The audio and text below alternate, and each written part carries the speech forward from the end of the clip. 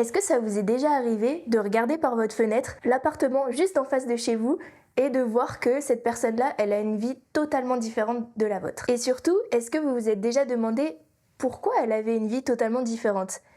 Et en fait, moi je me suis déjà posé cette question et je me suis dit, c'est ces différents choix de vie. Elle a choisi de vivre telle ou telle vie, de faire tel ou tel métier, d'habiter à cet endroit, etc. Et c'est ce qui fait qu'on est tous différents. Et c'est pour ça qu'on va parler de faire le bon choix aujourd'hui. Je te souhaite la bienvenue dans mon carnet de bord. Moi, c'est Adèle, je suis étudiante et si comme moi, t'es un petit peu perdu, que tu veux évoluer mais que tu sais pas forcément par où commencer, alors prends ton carnet et viens écrire ta propre histoire avec moi.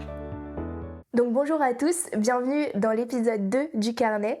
Donc cet épisode il va s'intituler Faire le bon choix et on va regarder un peu ce que cette question elle évoque, les peurs que qu'on peut rencontrer face à ça et quand on est face à deux situations de choix, des décisions qu'on va devoir prendre, et comment on fait pour faire le bon choix. Alors déjà, la première chose que je veux mettre en perspective, c'est qu'il faut distinguer les choix simples et les choix difficiles. Parce que les choix simples, ça va être, par exemple, vous vous levez le matin, vous voulez manger, prendre votre petit déjeuner, vous dites, ok, je vais me faire un bol de céréales ou je vais me faire des œufs. Et là, c'est un choix qui est assez simple. Je sais pas, vous aimez pas les céréales, forcément, vous allez vous faire des œufs. Donc là, c'est un choix, en fait, où il y a une des solutions, une des situations qui est beaucoup plus évidente que l'autre. En revanche, un choix difficile, en fait, c'est quand les deux situations vont apporter quelque chose de différent. Par exemple, le choix A, vous allez vous dire, ok, si je fais ce choix-là, ça va m'apporter ça et ça, mais par contre, ça et ça, ce sera vraiment négatif. Si je fais le choix B, ça va m'apporter ça, et ça, ce sera encore différent, mais ça va m'apporter autre chose. Mais par contre, j'aurai pas cet aspect-là qu'il y avait peut-être dans l'autre choix. Et en fait, c'est là qu'un choix difficile, c'est crucial et c'est vraiment compliqué de prendre une décision parce que c'est plus ou moins équivalent. La balance, elle est plus ou moins équilibrée et c'est ça qui rend le choix vraiment difficile. Aujourd'hui, on va du coup se concentrer sur les choix difficiles parce que c'est vraiment ce qui va faire le sujet de la réflexion et pourquoi c'est compliqué de faire un choix.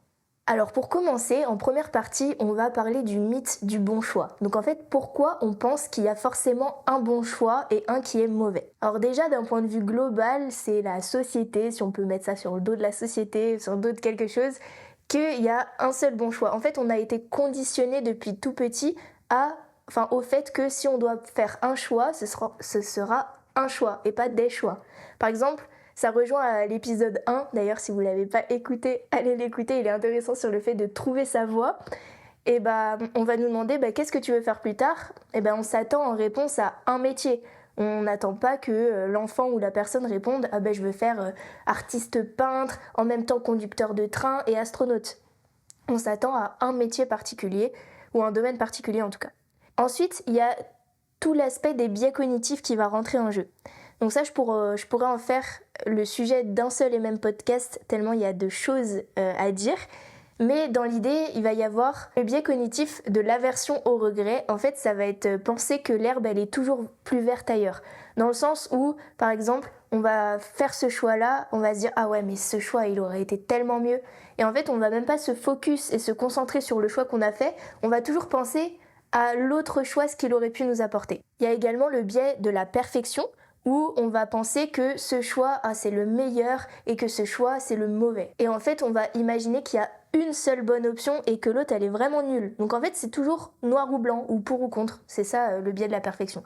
Donc on rentrera un peu plus en détail dans un prochain podcast. Si ça vous intéresse, n'hésitez pas à me le dire en commentaire.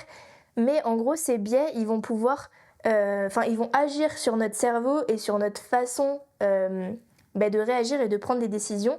Et surtout ça va nous mettre en fait cette atmosphère de doute quand il va falloir, quand on va être confronté tout simplement à prendre un choix, une décision. Un autre point aussi sur le mythe du bon choix, ça peut être la peur du « et si ». Donc comme je vous le disais, ça rejoint un peu les biais cognitifs, mais si on a fait ce choix-là, mais et si j'avais fait ça? Ou et si j'avais fait cette décision-là ou pris ce choix-là? Et par exemple, si on reprend l'exemple de quand on est à la fenêtre du balcon et qu'on voit la vie des autres personnes, et si j'habitais là-bas? À quoi ma vie aurait pu ressembler? Qu'est-ce que j'aurais fait? J'aurais rencontré peut-être cette dame qui est juste là ou ce monsieur qui est juste là. et ça aurait été totalement différent. Mais le problème avec ça, c'est que si on se focus sur le et si j'avais fait ça, et si j'avais pris cette décision-là, eh ben on se concentre pas sur notre choix présent et ça peut être vraiment, ça peut nous tourmenter l'esprit tout simplement et rendre les choix dans le futur encore plus difficiles. Donc ce que je vous conseille pour affronter cette peur du et si, c'est vraiment une fois que vous avez fait un choix, mais de vous focus à 100%. Ok, j'ai fait ce choix-là, et ben c'est comme ça se passe comme ça, et pas se demander toujours ok, mais si j'avais fait autrement, parce que ça peut vraiment parasiter et nous troubler au quotidien. Et ce piège en fait du et si, ça va être relié consciemment ou inconsciemment à nos peurs en fait, parce que souvent quand on n'arrive pas à faire un choix ou alors qu'on se dit ah ouais mais si j'avais fait ça, qu'on doute en fait finalement, c'est relié à des peurs plus profondes, que ce soit la peur de l'échec par exemple, j'ai pris cette décision là mais elle va pas être successful, on va pas arriver à ce qu'on veut, et peut-être que si j'avais pris cette décision-là, je serais arrivée à ce que je voulais. Donc il y a cette peur de l'échec qui rentre en jeu, il y a cette peur aussi de l'inconnu peut-être, la peur de décevoir des gens, ou la peur de gâcher du temps également. Par exemple, quand on fait un choix d'études, on se dit ok, bah là je vais consacrer 5 ans de ma vie à ce domaine-là, mais du coup si j'avais fait des études totalement dans un domaine différent, et bah peut-être que j'aurais eu une autre vie, et au final si je voulais cette vie là maintenant, bah je devrais reprendre mes études, donc au final j'aurais gâché 5 ans de ma vie. Enfin voilà, c'est plusieurs peurs qui peuvent venir, qui peuvent accompagner tout simplement le fait de prendre un choix, et elles sont pas à négliger parce que c'est vraiment ces peurs là qui vont faire que bah on doute et que c'est vraiment difficile. Ce que je peux vous inviter à faire pour essayer d'un peu contrer toutes ces peurs, c'est prendre votre carnet, comme d'habitude, et vous vous demandez, ok, si j'étais sûre de réussir, qu'est-ce que je ferais ? Quel choix je prendrais ? Quelle décision je prendrais ? En fait, en faisant ça, ça enlève toute cette peur de l'échec, de l'inconnu, de l'incertitude, tout simplement. En se posant cette question-là, ça enlève tout ça et ça permet, ok, droit au but, directement, je sais que je vais réussir, quel choix je fais ? Ok, la grosse partie que j'aimerais aborder maintenant, c'est le fait que dans la réalité, en vrai de vrai, entre vous et moi, il n'y a pas de bon choix. Un choix, c'est un choix. Il faut arrêter de toujours l'accorder et l'associer à bon ou mauvais. Il n'y a pas de bon ou mauvais choix. Pourquoi ? Il y a un TEDx par rapport à ça que je vous recommande d'aller voir, de Madame Chang, qui annonce en fait comment faire des choix difficiles. Et en fait, dans ces choix difficiles, donc c'est ce que je vous expliquais au début, un peu la différence entre les choix simples de la vie quotidienne et les choix difficiles qui souvent ont beaucoup plus de conséquences, et ben elle explique que souvent quand on doit faire un choix, on accorde 3 dimensions. La dimension de cette alternative, elle est meilleure, cette alternative, elle est pire, c'est la moins bonne, ou cette alternative, elle est égale à l'autre. Ce qu'elle nous dit, c'est qu'elle ajoute une 4e dimension à ça, qui est le pied d'égalité. C'est-à-dire que dans ces choix complexes, difficiles, comme je vous expliquais au début, une situation, un choix peut vous apporter telle ou telle chose qu'un autre ne vous apportera pas, mais que cet autre choix pourra vous apporter en fait des choses différentes. Et en fait, c'est cette notion de pied d'égalité et de valeur égale, en fait, équivalente, qui va faire que le choix est complexe et qu'il va falloir prendre en compte. En fait, en disant ça, ça permet de s'enlever de la tête qu'il y a un bon et un mauvais choix. Dans le sens où les deux choix sont des choix. Ils seront peut-être tous les deux bons ou tous les deux mauvais, on n'en sait rien. Et c'est surtout comment nous, on va s'investir dans ce choix-là et se consacrer à ce choix qui va faire réellement la différence. Parce que vraiment, si on prend rationnellement les deux choix, ce sont tous les deux des choix. Pas un bon, un mauvais. Et pour essayer de relativiser par rapport à tout ça, j'ai beaucoup aimé l'image qu'elle disait que si la vie, en fait, elle était faite que de choix simples, et bah, où en gros la décision, elle serait évidente de tel ou tel choix, et ben on ferait tous les mêmes décisions, on ferait tous les mêmes choix, et en fait on aurait tous la même vie finalement, et on serait enchaînés à la raison. Et ce serait, je trouve, dommage qu'on ait tous cette même vie et ces mêmes choix dans la vie en général. Donc ayons cette vision positive des choix difficiles. Un deuxième point par rapport pourquoi il n'existe pas forcément de bons et de mauvais choix, c'est la notion temporelle, donc de temps. En fait, quand vous allez prendre une décision à l'instant T, vous la prenez pour telle ou telle raison. Et peut-être que ces raisons-là, dans une semaine, 1 an, 10 ans, vous vous dites « Ouah, c'était complètement débile, j'aurais jamais dû faire ce choix-là ». On va prendre un exemple tout simple, le fait de se faire tatouer. Souvent, quand on se fait tatouer, je sais pas, quelques années après, on va peut-être le regretter. Il y a ce risque-là. Mais en fait, c'est un choix compliqué parce qu'on se dit, c'est quand même à vie un tatouage. Mais sur le moment, imaginez, vous êtes, je sais pas, en Espagne avec des potes, vous décidez, ah vas-y, let's go, on se fait tatouer. Et peut-être qu'après, vous allez regretter ce tatouage parce que c'est pas forcément ce que vous aimez ou c'était fait un peu dans un contexte de folie, etc. Pas forcément réfléchi. Mais au final, ce tatouage, il raconte une histoire. Vous avez pris cette décision à l'instant T parce que vous étiez dans un contexte avec vos potes où c'était cool, ça crée en fait tout un tas de souvenirs et moi, je vois ça comme quelque chose de positif. Et donc peut-être qu'au final, vous allez le regretter quelques années plus tard, mais sur l'instant T, vous avez fait ce qui vous semblait être la bonne décision. Donc là, ça peut être un choix un peu banal, mais dans des choix beaucoup plus complexes, peut-être que vous avez fait cette décision-là à ce moment-là, mais vous aviez vos raisons de le faire, et il faut jamais remettre en cause ça et ne jamais douter par rapport à ça, et ça permet juste de ne pas avoir de regrets en fait envers des choix qu'on a fait. Dernier point par rapport au fait qu'un choix n'est ni bon ni mauvais, c'est en fait ce qui va importer, c'est ce qu'on va faire de ce choix. Par exemple, là, je devais faire un stage. J'ai longtemps hésité entre refaire un stage dans le camping où je l'avais fait parce que j'ai énormément kiffé. Ça m'a apporté tant professionnellement que personnellement. Et donc c'était un peu le choix du cœur et le choix de la raison où en fait je voulais me spécialiser et gagner un peu d'expérience dans la gestion de projets événementiels. Donc l'idéal c'est que j'aurais trouvé un stage en gestion de projets événementiels. J'ai longtemps pesé le pour et le contre entre l'un ou l'autre, mais comme je vous disais au début, c'est ça les choix difficiles, c'est que l'un apporte quelque chose que l'autre n'apporte pas, et l'autre apporte quelque chose que l'autre n'apporte pas. Donc forcément, c'est très compliqué. Et j'ai longtemps réfléchi, et finalement, moi c'est le choix du cœur qui a porté, mais aussi parce que je ne trouvais pas forcément de stage en gestion de projet événementiel qui me correspondait à 100%. Donc selon tout un tas de critères, j'ai réussi à faire mon choix. Mais c'est pour vous dire qu'il y a cette notion de choix très difficile, mais c'est surtout ce qu'on va en faire qui compte. Par exemple, si j'avais choisi la gestion de projet événementiel, mais pour X ou Y raison, ça ne me plaisait pas forcément, ou que l'entreprise, les gens avec qui je travaillais, ça me plaisait pas, et que du coup, je m'investissais pas à 100% dans ce choix-là, et finalement, c'est l'autre choix qui aurait été bon. Ou inversement. Mais en fait, ce qui va compter, c'est que quand je fais un choix, je m'y investis à 100%. Donc là, si j'ai fait le choix de rester au camping, ne serait-ce que pour moi-même, je veux pas regretter ce choix. Donc je vais m'investir à 100% dans ce choix-là et en fait, limite me prouver à moi-même inconsciemment que c'était le bon choix. Et c'est vraiment ce qu'on va faire de ce choix qui va différencier tout en fait et se dire enlever cette idée de notre tête que c'était le mauvais choix ou c'était le bon choix. Si on se consacre à 100%, il n'y a aucune raison que ce soit le mauvais choix. Et au pire, ça arrive de faire des mauvais choix. On se dit, au final, en vrai, j'aurais pas dû choisir ça. Comme l'option latin au collège. J'aurais pas dû choisir ça. Ça m'a rien apporté, c'était nul. Mais bon, au moins, j'ai testé. C'est pas grave. Ça a pas de conséquences. Ou alors, même si ça en a, c'est pas grave.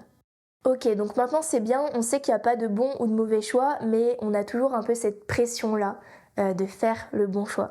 Du coup, on va essayer de voir comment on peut faire pour choisir sans se mettre cette pression-là justement et de relativiser par rapport à ça. Le premier point déjà, ça va être l'idée de faire la paix avec ses décisions. Donc comme je vous l'ai dit, on a fait ce choix-là. À ce moment-là, c'est qu'on avait nos raisons de le faire. À un moment donné, c'est comme ça, c'est tout. Faut être pragmatique, faut arrêter de chercher 10 000 explications, le pourquoi du comment, ou si j'avais fait ça, ça se serait passé comme ça. À un moment, faut arrêter de trop réfléchir au sujet et juste se dire, ok, j'ai fait ce choix-là, c'est comme ça. Si ça me plaît pas, ou si je me rends compte que c'était pas la bonne décision, je peux toujours pivoter, je peux toujours changer, je peux toujours améliorer ce que j'ai choisi au pire des cas, ou je peux créer des conditions nouvelles. En fait, c'est vous et vous-même qui avez le pouvoir déjà de rendre ce choix bon, mais ensuite de le faire pivoter si jamais il ne vous convient pas. Ce qui peut vous aider aussi, c'est d'imaginer le pire scénario possible. Imaginez vous faites ce choix-là, dans le pire des cas, ça se passe comme ça. Ok, est-ce que ce pire des cas-là, il est vraiment si pire que ça? Est-ce que vraiment ça va vous freiner et vous dire non, faut vraiment pas que je prenne ce choix?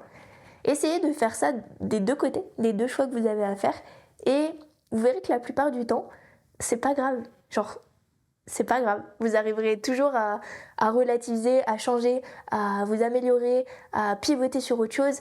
Faut vraiment pas se mettre la pression avec ça. Enfin, c'est vraiment difficile à... Enfin, c'est facile c'est facile à intellectualiser, mais à le faire en pratique, c'est compliqué. Mais vraiment, ayez cet exercice-là de vous dire, ok, c'est pas grave. Vraiment, la prise de recul, de se dire, ok, ce choix-là, ça m'amène au pire scénario possible. Ok, bah dans le pire des cas, c'est pas le pire qui peut arriver au monde entier. La Terre va pas exploser, vous allez pas mourir, c'est pas la fin du monde.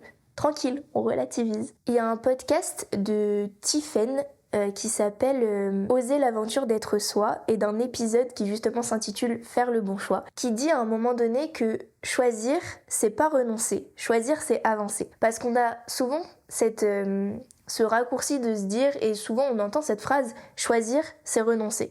Parce que forcément, si on fait le choix A, ben on renonce au choix B.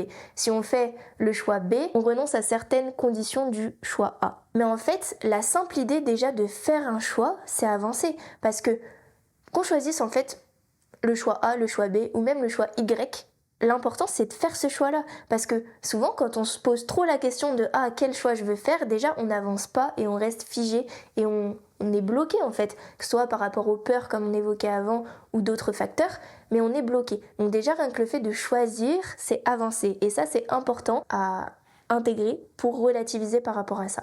Il y a un deuxième point que du coup cette fille elle mettait en avant dans son podcast, c'était le fait qu'on peut considérer l'option qui est le choix A ou B, mais aussi l'option qui est le choix A et B. Je vais prendre l'exemple du fait, imaginez vous êtes dans une entreprise, une grosse entreprise, vous avez un CDI depuis un petit moment, donc vous avez toute la sécurité financière qui va avec. Et imaginez la situation que vous n'êtes pas heureux ou heureuse dans ce job-là et que vous rêvez d'entreprendre et créer votre marque de vêtements depuis que vous êtes petit.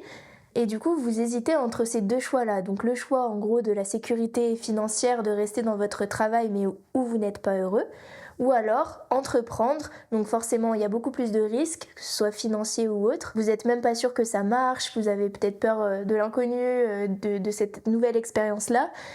Mais à la fois, c'est votre rêve depuis petit, donc vous allez forcément être plus heureux et plus épanoui, en tout cas dans cette aventure-là. Ce qu'elle met en avant, c'est qu'en fait, on peut essayer d'avoir ces deux choix-là. C'est-à-dire que, par exemple, se trouver soit rester dans le même travail mais en faisant moins d'heures de travail, soit trouver un autre job mais en faisant des horaires plus réduits pour avoir un temps libre à côté pour construire petit à petit son projet, ou en tout cas essayer cette aventure entrepreneuriale.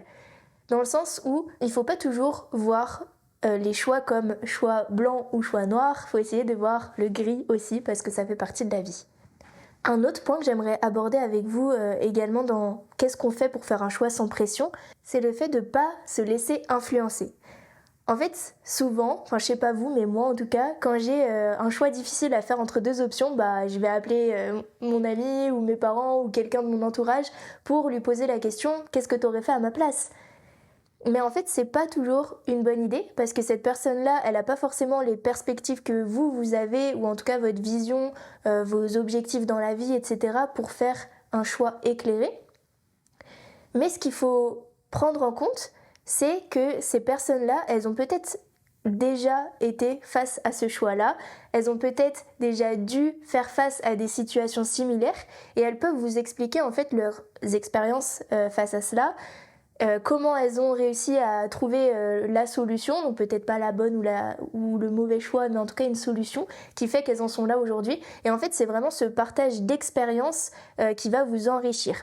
Mais un petit conseil, si vous demandez l'avis à quelqu'un pour tel ou tel choix, faites en sorte de demander quelqu'un qui a expérimenté aussi l'autre choix. Parce que forcément, si vous suivez que cette personne-là, ça va vous orienter implicitement vers le choix A par exemple, alors que le choix B aurait peut-être été mieux pour vous. Donc l'important c'est vraiment de parler avec des personnes qui ont eu des expériences différentes, que ce soit pour le choix A ou pour le choix B, dans le but de vous enrichir. Et puis même si ça ne vous enrichit pas de quelque chose, au moins vous aurez essayé de trouver une réponse à votre dualité. Ça se dit. Un dernier point aussi que j'aimerais aborder, c'est le fait du contexte de la décision. Parce que Forcément, il y a des fois où vous allez être dans une situation de stress, d'urgence. Vous allez devoir faire un choix entre A et B, là, directement. Vous avez 10 secondes pour le faire. Et en fait, là, c'est un peu la nuance qu'on peut apporter entre prendre une décision. Donc souvent, c'est à l'instant T, on réfléchit pas trop et on n'a pas trop de recul sur les conséquences que ça peut avoir. Et un choix. Un choix, souvent, c'est réfléchi, c'est mûri, on a le temps de s'y consacrer. Et du coup, si vous êtes dans on va dire, un entourage, un écosystème qui est dans le stress, dans une sorte de négativité, eh ben forcément, vous n'allez pas être dans des bonnes conditions pour prendre un choix éclairé et en tout cas le plus possible réfléchi. Donc vraiment, si vous êtes un peu dans cette situation-là, essayez de vous isoler ou d'être, je sais pas, avec des gens que vous aimez bien ou dans un environnement dans lequel vous vous sentez bien, je sais pas, aller à la librairie si c'est là que vous aimez être, je sais pas, mais dans un contexte vraiment qui va vous dire, ok, bah là je suis moi avec moi, je suis bien, qu'est-ce que je prendrais comme décision ? Je pense que vraiment le contexte et l'environnement peut avoir un réel impact sur nos choix et nos décisions, donc c'est vraiment pas à négliger. Bon, maintenant c'est la fin de ce podcast, donc on va terminer en concluant sur 3 points essentiels à retenir. Le premier, c'est que déjà, il n'y a pas de bon choix. Donc pour toutes les raisons qu'on a vues avant, il n'y a pas de bon ou de mauvais choix, il y a juste des choix à faire et dans lesquels il faut que vous vous investissiez à 100%. Le deuxième point, c'est pas le choix en lui-même qui va faire votre réussite, c'est l'engagement que vous allez mettre dans ce choix-là. Ça, c'est très important à le retenir. Et le troisième et dernier point qui est crucial, c'est relativiser. Ok, prenez du recul, regardez par rapport à l'immensité du monde, je sais pas, faites quelque chose, prenez du recul, mais regardez que peu importe l'impact que ce choix aura, c'est pas la fin du monde. Ça veut pas dire que ton choix il est insignifiant, ça veut juste dire que l'impact au global, c'est pas grave. Donc juste vraiment relativiser et s'enlever cette pression et ce stress qu'on peut se mettre par rapport à ça. Et si vous devez retenir absolument une chose à noter en gras dans votre carnet, c'est choisir, c'est pas renoncer, c'est avancer.